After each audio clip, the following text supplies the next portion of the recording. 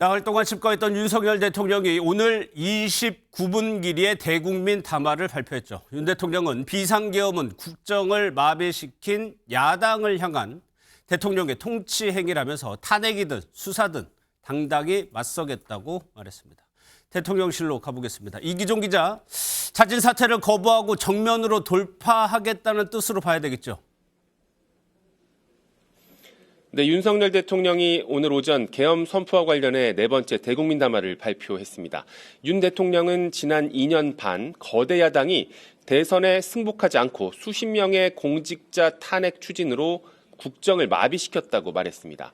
비상계엄은 이 같은 의회 독재에 맞선 통치행위라면서 대통령의 헌법적 결단은 내란이 될 수 없다고 주장했습니다. 윤 대통령은 비상계엄 선포권은 사면권과 외교권 행사와 같이 사법심사의 대상이 되지 않는다면서 탄핵하든 수사하든 당당히 맞설 것이라고 말했습니다. 또 야당이 탄핵을 서두르는 걸 두고는 이재명 민주당 대표를 겨냥해 탄핵으로 유죄 선고를 회피하고 조기 대선을 치르려는 것이라고 주장하기도 했습니다.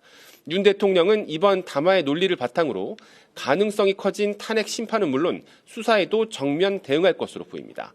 변호인단 구성 등 법적 대응 준비에 나선 윤 대통령은 국무회의를 통과한 법안을 제거하는 등 대통령의 권한도 계속 행사하고 있습니다.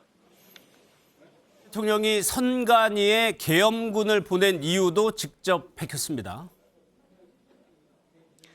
네, 윤 대통령은 비상계엄 결단까지 차마 밝히지 못한 것이 있었다면서 북한의 선관위 해킹 공격 때 점검해 보니 보안이 엉망이었다고 말했습니다. 국정원의 보고를 받고 충격을 받았다고 했는데요.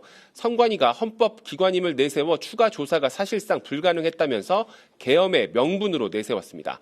윤 대통령은 국방장관에게 선관위 전산 시스템을 점검하라고 지시했다고 말했는데요. 하지만 선관위 전산 시스템이 허술했다는 주장 말고는 선거관리에서 어떤 문제가 있었는지 구체적으로 밝히지는 않았습니다.